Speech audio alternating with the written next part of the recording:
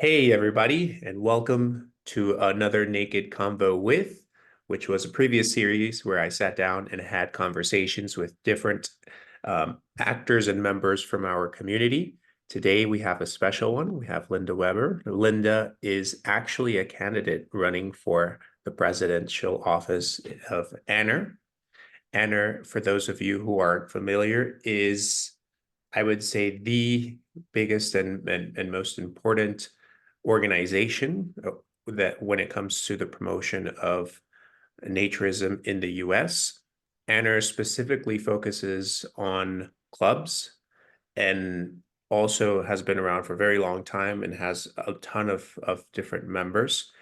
And it's also an institution that's a little bit, I would say, this is my personal opinion, it's a little bit outdated because it's focused on a previous model that used to work very successfully, but times have changed. And also, I feel like the requirements of the community have evolved with that. And NR has been an institution that has been a little bit reluctant to change. And I think that that's why it's so important that someone with a different vision leads an institution like this, because that can help us transform it. And I think the most important part is to continue to provide value to our community. But all those things are things that I'm going to talk to Linda about. So Linda, first of all, thank you very much for accepting this conversation, for allowing me to record it. And it's also been a while since we've had the opportunity to talk. So that's also really nice to see you again. And take it from here. Tell us a little bit about yourself. Tell us a little bit about Anner, and we'll take it from there. Well, thank you, Hector. Basically, you kind of did a synopsis of it. The reason I'm running for president is that I think there are some opportunities that have really been missed.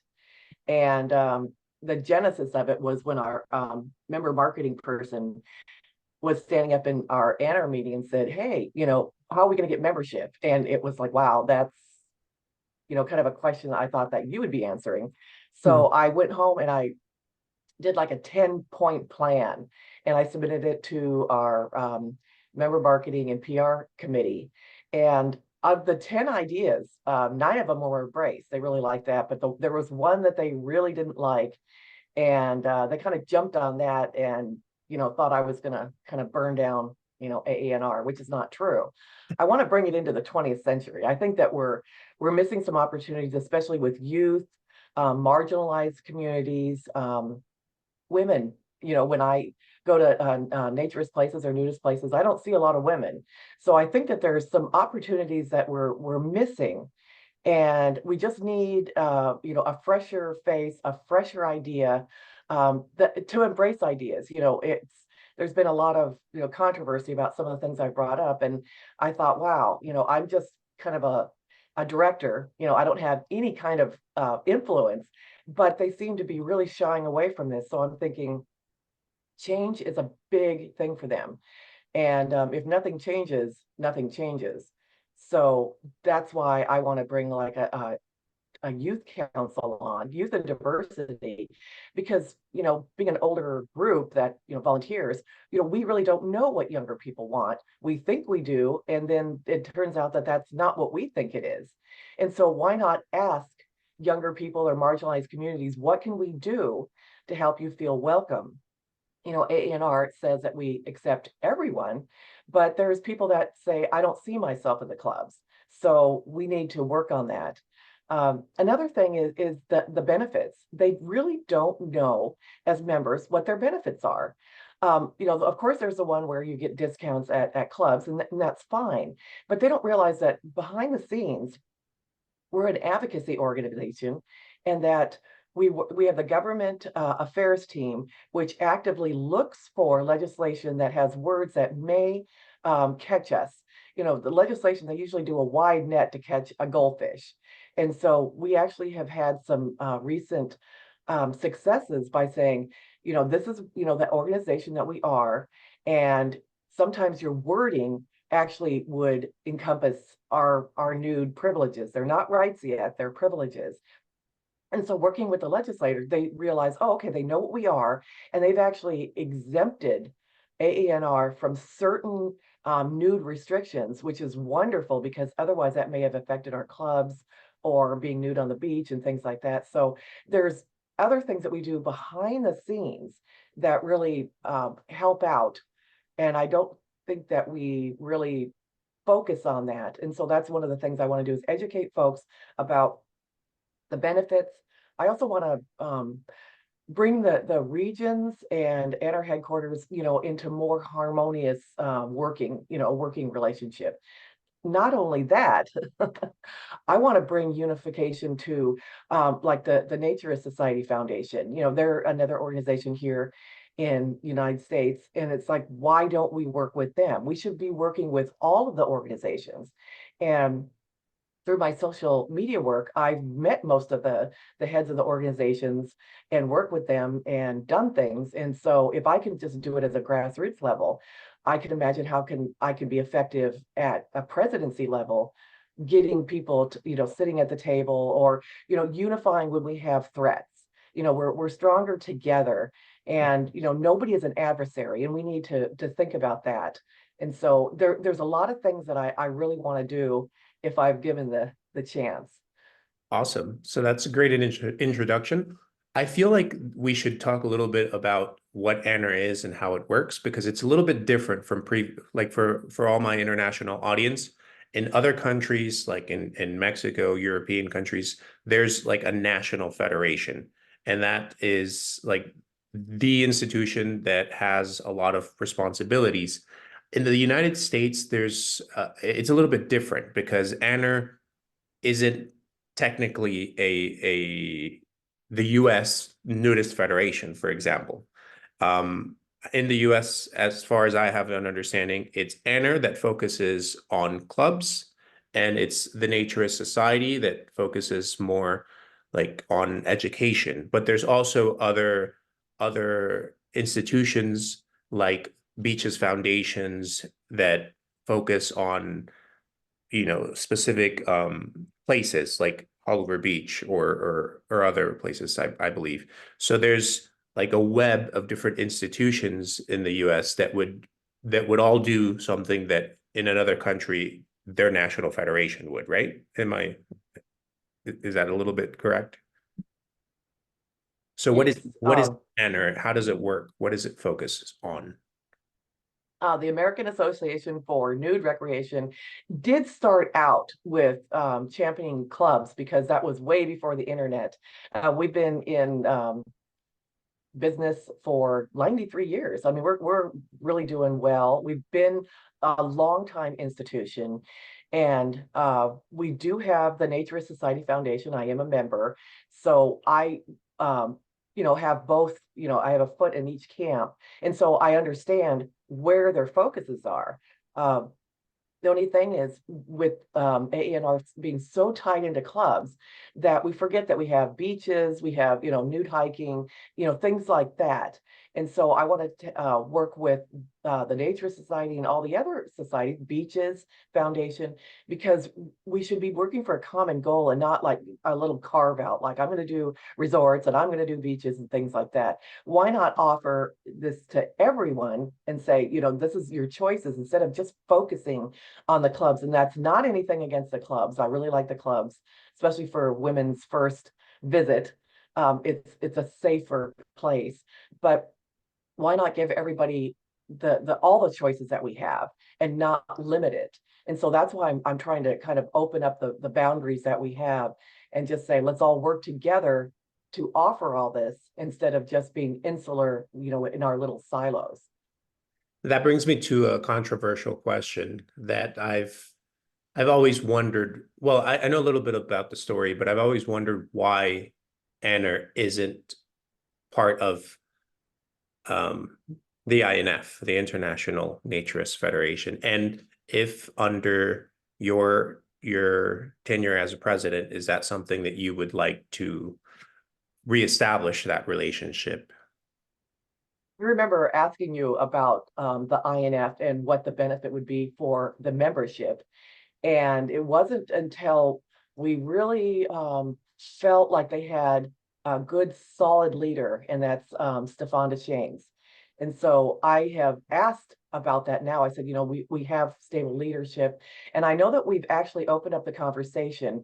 The biggest probably roadblock, or well, there's probably two, is the fact that, with 30,000 members, that's a lot of money going in for the INF, but it is a lot of money for our members to tack on a little bit extra to what their membership is.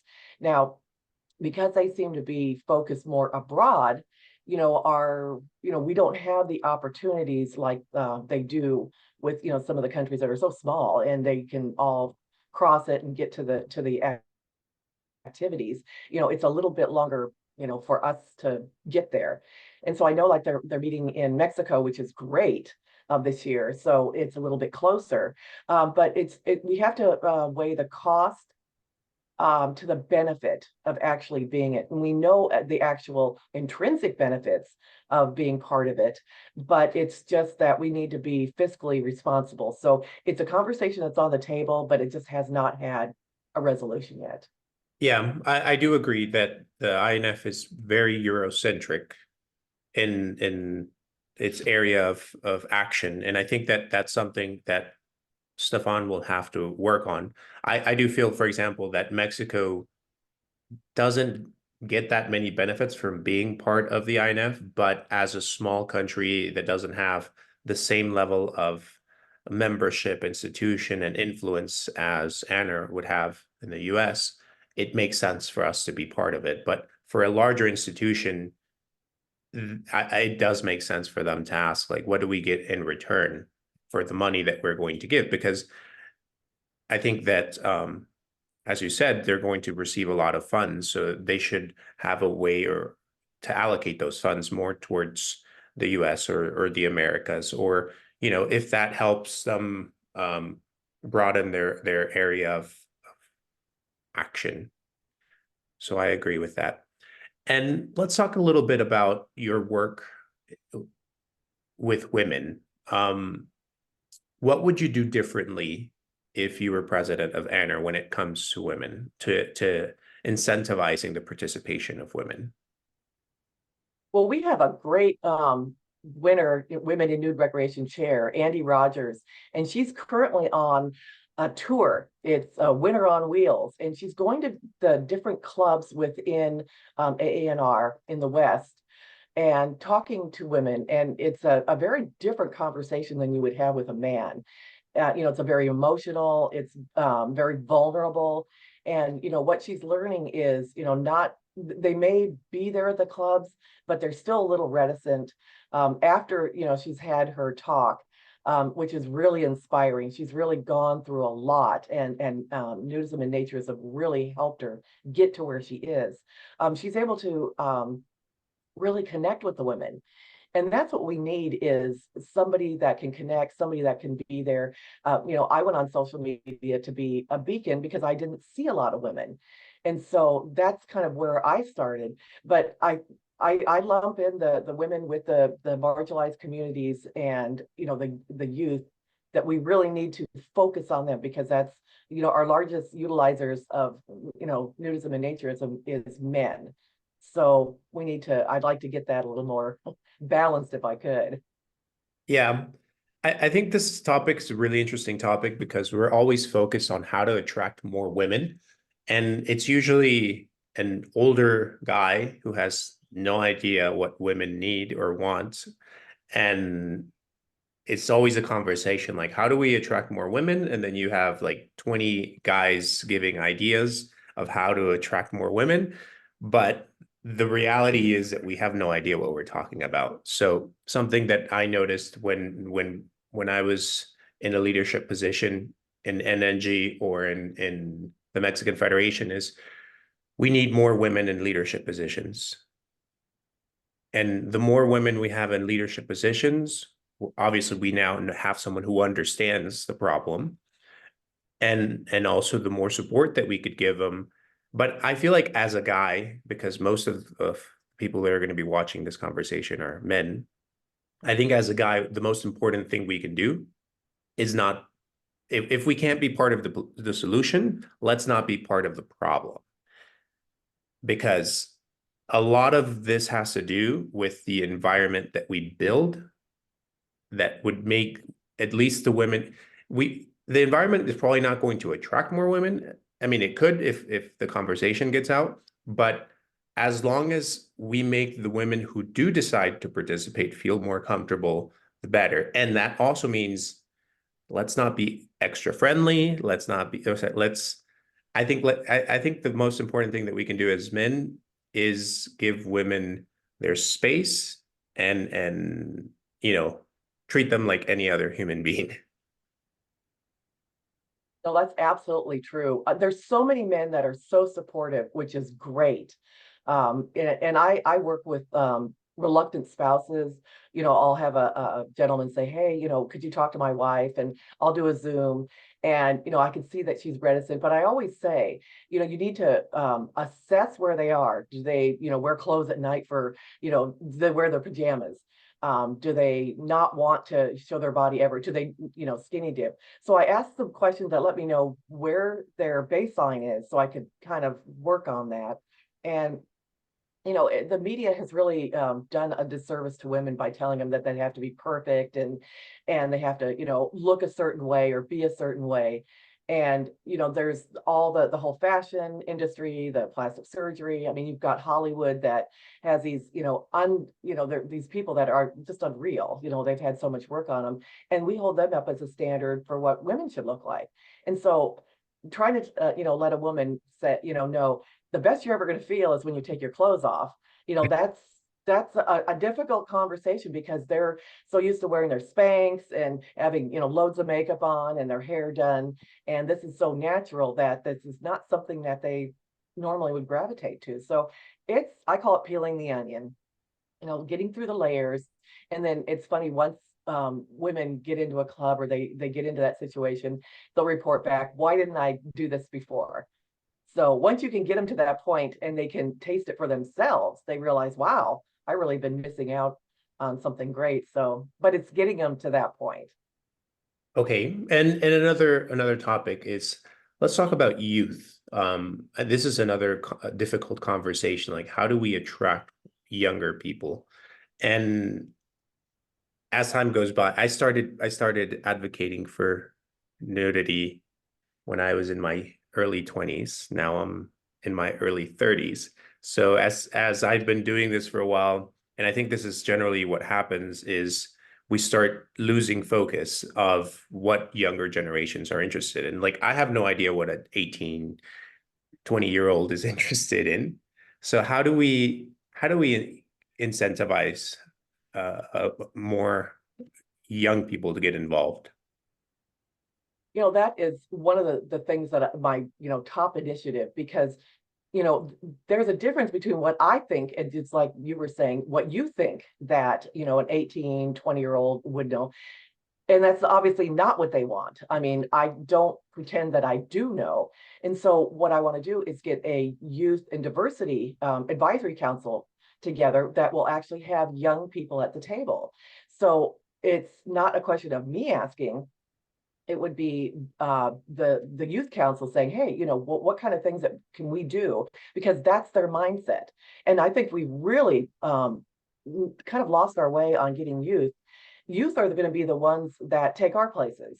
And if we don't draw them, naturism and nudism could basically just kind of fritter and die. And I hate to see that. So we need to meet them where they want to be. They want, free beaches. They want to do hiking. They want to do festivals. They want to do fun things. They don't Yes. necessarily, want to sit at a pool and watch, people play pickleball. So I want to go where they are. So instead of trying to, reinvent the wheel, I'm connecting with like Nude Revolution. That's a great website that seems to draw, or social media platform that seems to draw younger women, younger men, just younger people in general. So I want to partner with them because if they have a festival or something like that, why not sponsor that? They're already doing something like that. So why do we need to try to create something? So it's going to be partnering with groups that are youth centric. or, marginalized groups, people of color, what would bring you, to a beach or a club? Let's ask them. So I think that's kind of a novel idea. I don't know if we've really ever really asked them or asked them to sit at the table and say, you have a say in what you want to see nude recreation be for you. Yeah, I think the youth thing is really interesting because I've seen a lot of institutions who are interested in attracting younger people, but when they do, they notice that the younger people want to change things, and that change is sometimes uncomfortable. So what ends up happening is, yes, they might manage to build a team, but it's just like an advisory team that people tend to ignore. So the younger people want to do certain activities, they'll usually say that they don't have the resources to do them. And slowly these people start getting frustrated until they end up, quitting because they don't see the value in what they're doing because they don't see things changing. So I think having an advisory or a committee is really important, but also giving them the opportunity and the resources to make these changes. And another thing is we have to understand that we don't have to necessarily mix both, because a lot of the thinking is, well, how do we get younger people to participate in what they envision is they want younger people hanging out in the clubs, but they also want younger people adapting to the environment that they have already created. And younger people are not interested in that environment. It's not entertaining, it's not fun, it's not exciting.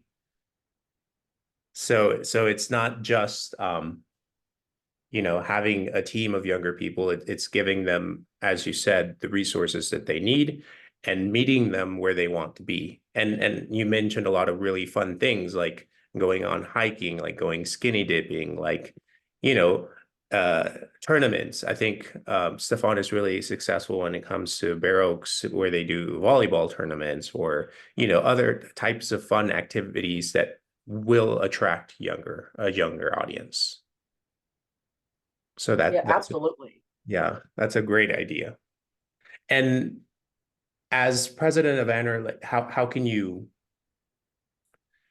That's another question. Like what does the president of AANR do? Like what are the responsibilities and also the powers that you would have?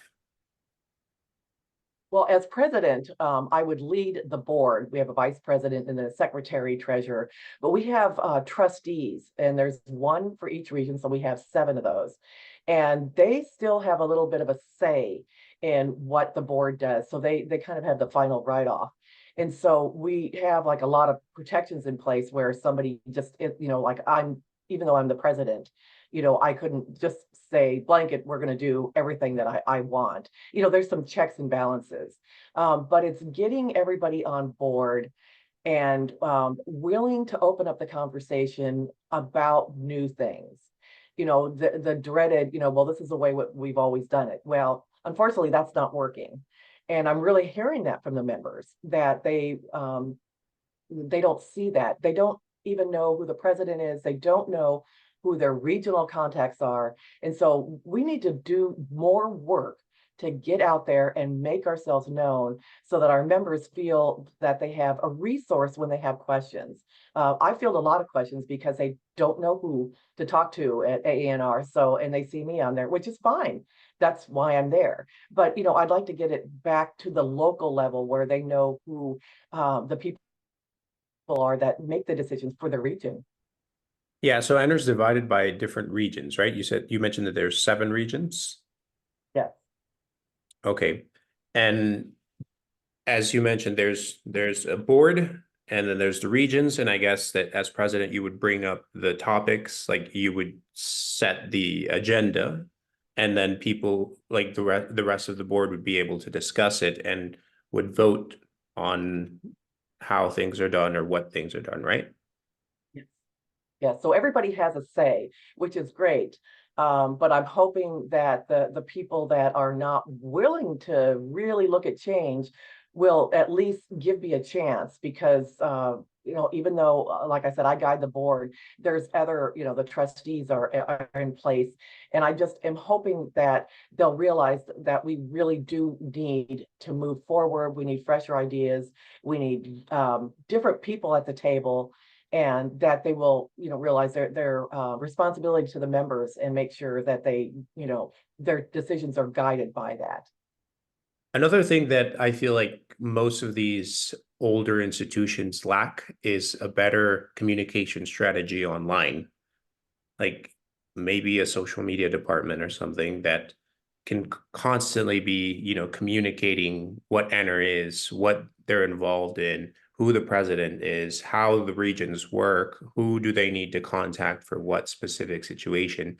And the more content that you guys create, it's also a really good way to attract new people. That's something that we discovered online. The more infographies, I'm not sure that how you call it, like the little drawings with different topics and different discussions, the short format videos or long format videos where these conversations that we're having, like the one we're having right now, the more we give people who are curious about nudism material that they can consume. So they become familiar with you, they become familiar with the institution, they become familiar with, you know, how everything is working. So this thing tells me that I have 10 minutes. Whenever it cuts off, I'll call you again or send you the link. Is that okay? Okay, All that's right. fine. All right. So yeah, what would be your online strategy? Well, we do have, Enter does have a main headquarters where they actually do a lot of the social media, which is fabulous. And we just need to get the regions on board because, AANR puts out what, is the overarching things that we want to do. And they champion the clubs, but we need to have the regions kind of step up so that the people in those areas know what's going on, a little more, communication. You can always do better on communication. Of course. And you also, for example, you personally have a really successful online strategy. You're on Twitter and you're constantly talking about different discussions, you're communicating things that you're doing with women, interviews, all these things.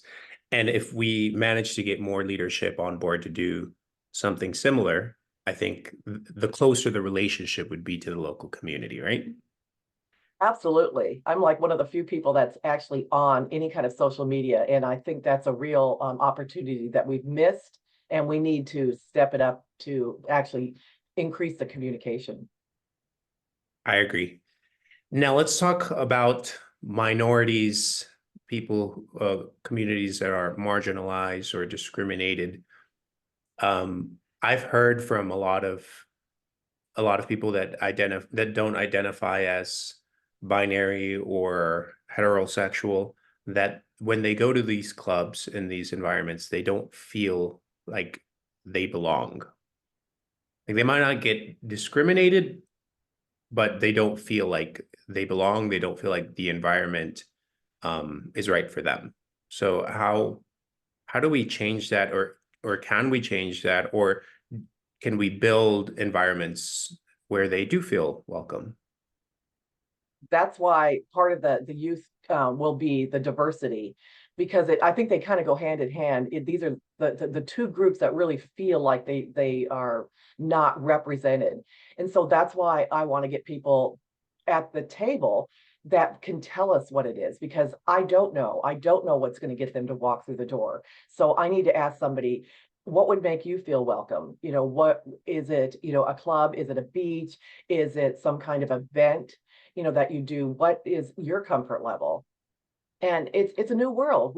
The words in nudity and naturism are uh, encountering things that we've never had before. And I think it's so daunting that we have backed off from the conversation instead of facing it. And so we know that there's these communities out there that do not feel like they're part of it. So we need to open up the conversation and say, tell us what you need so that we can make it so you can enjoy nude recreation. It's just a matter of asking. since we don't know. I agree. It is a matter of asking, but once we get these answers, how do we implement like what they tell us? Like, you know, build committees or maybe allocate funds or what would you do with these answers? Well, once we have the answers, now we've got the tools to actually start building something. If they say, if it comes out that they want to do a festival or they want to do like a little Burning Man or a music festival, then we have a starting point to start to be able to, carve out something. Or if we have another group that would like to partner with us, then, like we have the Black Naturist Association, which is one of our largest clubs, say, what can we do to partner with you to, get more people to enjoy this? So it's, once we know what we're doing, then we have the direction and we can figure out what to do. I think a really big advantage that you guys have in the US is that all these institutions already exist. So there's already, the Beaches Foundation, there's already the Nature Society, there's already AANR, there's already the Black you said the Black Naturist Black Organization Naturist Association, yes. Association. So and there's already youth groups. So there's a lot of people that are working in their own little island. And I think a really important thing that you can do as the president of AANR is, bring them together. Say, hey, let's do this together. Let's use the resources that we already have separately together, and that will make this institution, like, the movement more influential. And I think that's another topic that I wanted to talk about. Like, I believe that the naturist community exists as if we weren't part of society. So we very rarely get involved in things that are going on outside of the naturist community.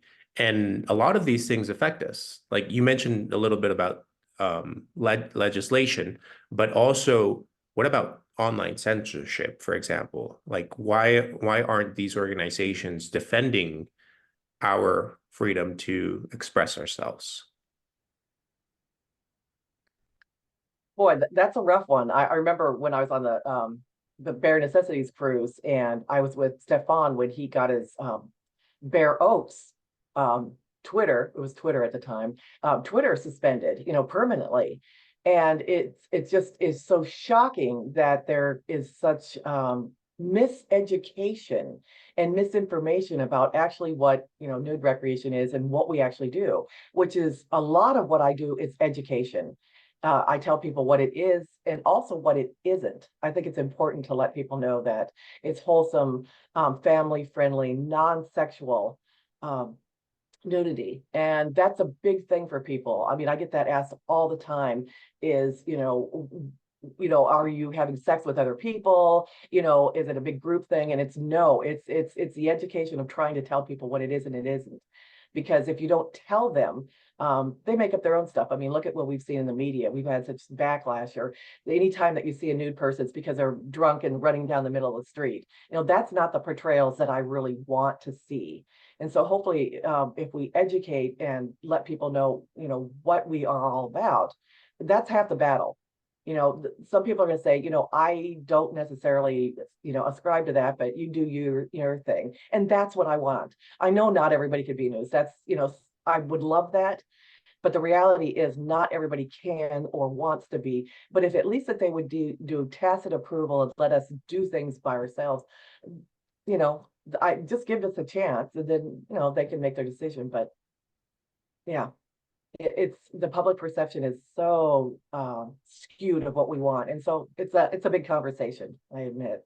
It is, but it's also a little bit of our fault because as a community, we really protect our privacy. So we want to maintain an anonymity, and also institutions like AANR aren't involved at all in the conversation. So how would they know if we don't tell them? So I think in a sense that's our responsibility. We have to educate society on what we are and who we are, what we stand for. And if we don't, if we're not part of the conversation, if we're not in that room, then people are going to make assumptions. And most of these assumptions are wrong and they affect us as a community. So I believe that it's time for us and our institutions to be more vocal, to have more representation, to educate society. So we need to stop feeling ashamed or embarrassed and start, you know, educating society on who we are. Absolutely. Like I said, a lot of times when I talk to people, immediately they equate being nude with sex. And so once you break that chain, then they realize, oh, okay, these are just regular people that just like being nude. So I could relate type thing. That's why I did the hashtag, I am the face of naturism for people to use to say, I'm a naturist. I shop in your stores. I'm your neighbor. The only thing that is different about us is I just don't like to wear clothes. So if you can just kind of peel it down to that, then people kind of understand it. But it's going to be a constant education, and I do think we need to step up. And that's why I want to unify people, because the Beaches Foundation has a great, they're doing great work. The Naturist Foundation is doing great work. Why not unify and get more of a bigger presence out there to let people know there's really a lot of us here. We have 30,000.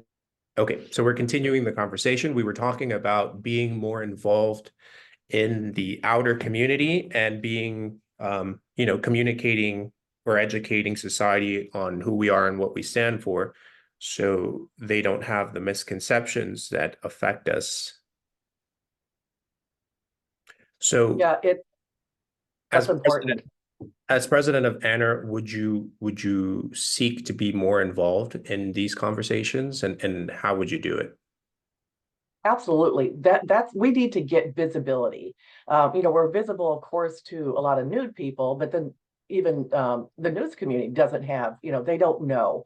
That's why I wanted to partner with the Naturist Society Foundation and Beaches and some of our other affiliates that are not clubs, so that we could look stronger. And if people know that there's a bigger network, um, then they're going to realize that there's strength in numbers and that we're not like a fringe thing. We are a niche group of the population, but I think we need to get a little more visible so that people, like I said, they don't have to ascribe to it, but at least if they have an understanding of what we are, when something nude comes up, they say, oh yeah, those people are great, that's okay, that's not my idea, but I don't mind that this happens.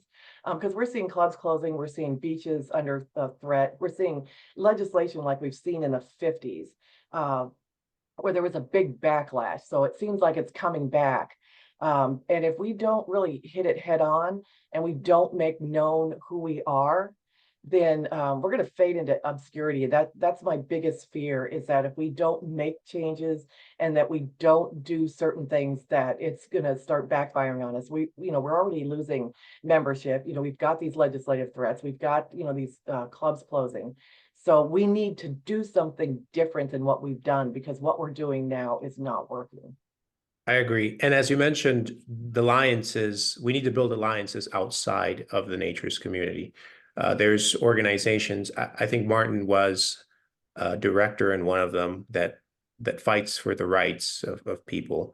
I don't remember what the name of the organization is, but we need to have a closer relationship with more advocacy groups, free speech, human rights, so we can find a seat at the table. And so they also know that we exist and what we stand for, and work together. Because if we're not in the room, we're not part of the conversation.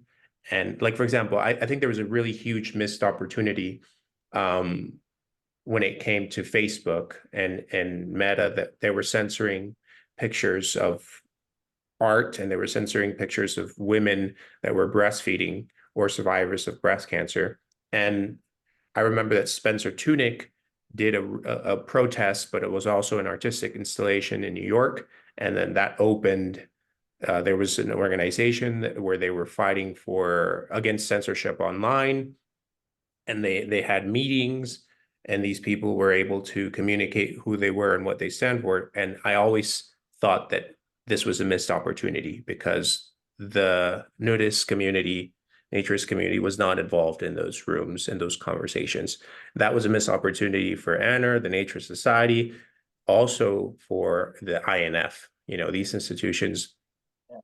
should have been in that room, and they weren't there.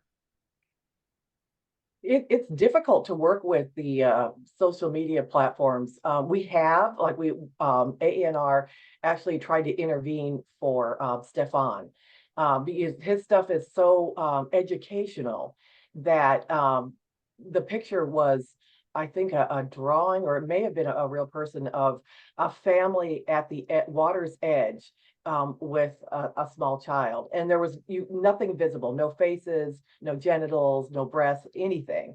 And I think it was the fact that there was a child there, and that immediately, the biggest war cry is, what about the children? So in the nudist philosophy, that's great that they see bodies, that they understand, that we don't look like all, Barbies and Kens and things like that. But that's a big sell for the public, that they really, and I understand that conversation.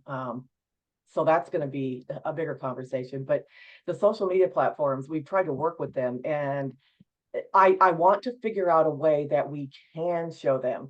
I mean, it's my stuff is pretty innocuous. I post all the time, and it's not anything, sexual or suggestive. But on Bluesky, I get a banner, on it that, indicates that it's something other than wholesome nudity. And it just really angers me, and that I have to keep up the conversation and keep, trying to educate them.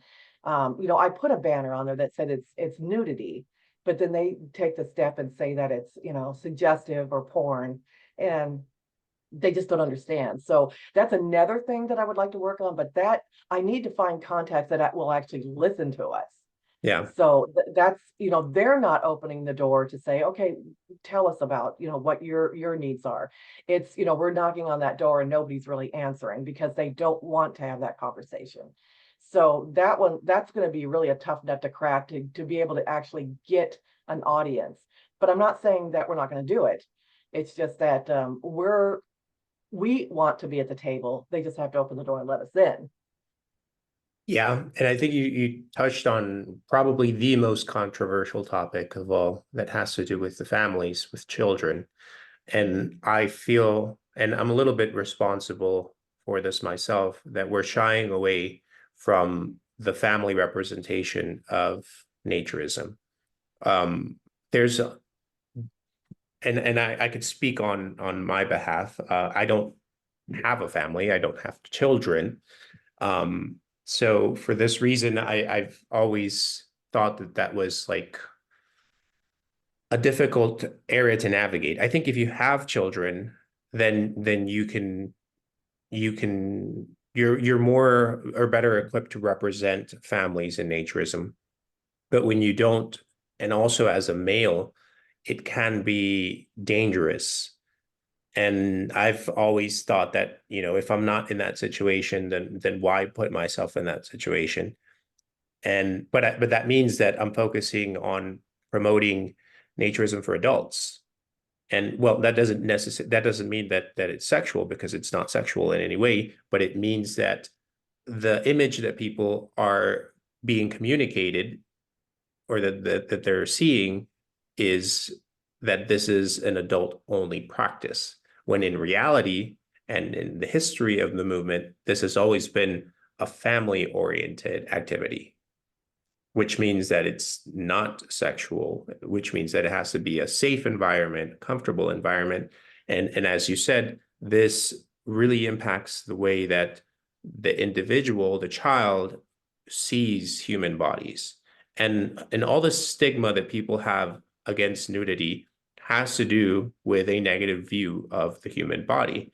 So when we break with that negative image, and we tell people that there is no such thing as an ideal body, that nudity does not automatically equal sex, and so on, the better that these individuals are well equipped to have a positive image of themselves and to feel comfortable in their skin, right?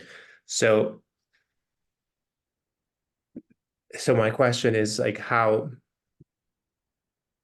can AANR influence the way that society sees nudity when it comes to families? That is probably just about the same as women, because you know we've already talked about the women, but the whole family. The perception out there is that if you have kids in, that are nude, you must be pedophiles or things like that, and that just is such a dog whistle to people, and they really, that just like is a conversation that just stops right there. I don't want to hear about it. I don't want to hear that your kids are running around and you're nude and they can see you and things like that. If they realize, if they just would open their minds for just, 5 minutes and listen to what we have to say about how healthy it is, that their kids grow up knowing that their, bodies don't have to be perfect, so then they don't have these fears when they go to school. And this whole thing, I just think it would be so much more, it would be better. It's just getting to that. The minute you say kids, that just is a conversation stopper. And so I don't know the easy answer to that, because it's one of those things that there's such a perception that there's something going wrong that you can't quite ever disconnect that for people that don't understand what simple nudity is.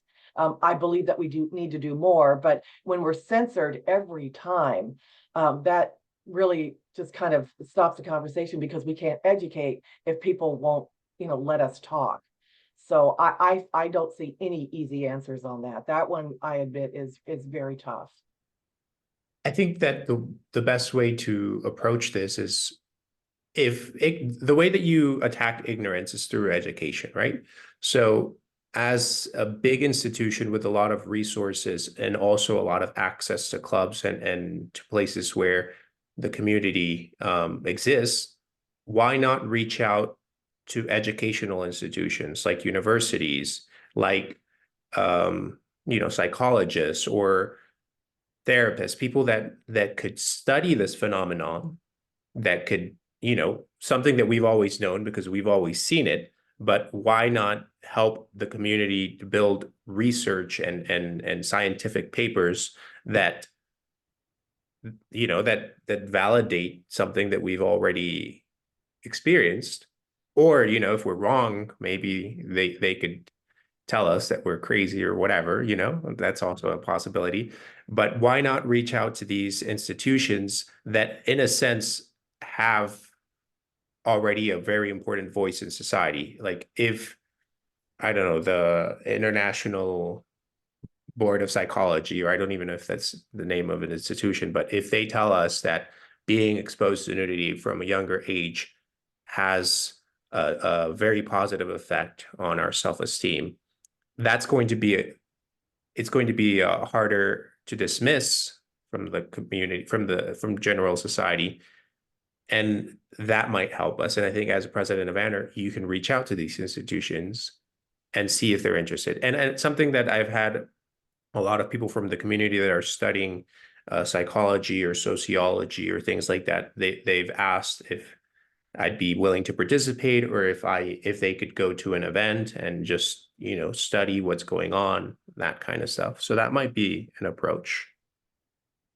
Sounds like a great idea, because if we could get somebody that can actually provide statistics or data, or something that somebody would listen to, because it's been created outside of our nude and nudist world, I think that they would be a little more interested in that. People love to hear what doctors have to say, and that carries some weight. So that's a great idea, and something that I'm definitely going to consider. Thank you, Hector. I really appreciate that.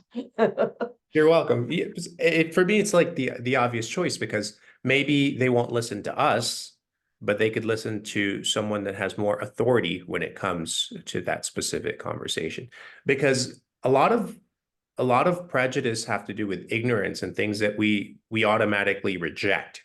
because we assume that that's just the way that it is. It's like a dogma. It's not something that we don't question. So anytime someone mentions children, then, we have to protect them at all costs. And that mentality at the end ends up doing more harm than good. And I think the same thing happens with censorship. The things that we're censoring because we want to protect others. But by censoring, we're making the situation worse. Like we're maintaining a vicious cycle. And I think that happens with nudity. So by saying nudity is wrong and we have to hide it and we can't talk about it, and this is unacceptable, then we generate a very toxic environment. Yeah, And we definitely fear what we don't know, and we tend to think negatively than giving it a chance. It takes a special person to have an open mind to say, I'm open to all the possibilities. And so everybody has their comfort level. yeah. And so, you can tell when you've hit that. And I can tell when I'm talking to people if by asking certain questions, if they're going to be a hand raiser saying, "Oh, I'd like to learn more," or if somebody's like, "Nah, this is not anything I want to get into." So it's you can definitely tell right off. Yeah. Yeah. And sometimes we have to um we have to identify our own limitations when it comes to acceptance, right? Because there's some certain topics that we reject and we don't understand, but the more we allow ourselves to think outside of the box, I think the better. So, any other topic that you'd like to talk about when it comes to AANR and the candidacy? Just that I really hope I get the chance to lead the organization. I have some great ideas. It is going to involve some change. We need to just hopefully have an open mind, and nothing changes if nothing changes. But having said that, I will listen to the members. If the members really just want the status quo and they just want it to be like it is right now, then and they vote my opposition, and I will respect that. But I'm hoping people will realize that we need to change. We can't keep the status quo. Change is sometimes hard, and it's going to be a little bit of an adjustment, but I have the best intentions for AANR. Otherwise, I would not have stepped up to be president. So I just I and this is the first time in 6 years that we've actually had two people, which I'm very excited about, because this means the members actually get a choice of who they want. So, and I would like to see that going forward, that we always give the members a choice of somebody that's a status quo or somebody that wants change. So the members are going to speak, and they're going to let me know which way they want to go. So can you tell us about when the election is, how people can participate, and all those details, please? If you are an AANR member, you should have gotten a email link, and that goes to Vote Now, and you can either vote online or you can vote by phone. And the voting ends on June 20th. So please, exercise your privilege as being an AARN member to vote. This is your choice this is your chance to actually get your voice heard. So, please vote. Awesome.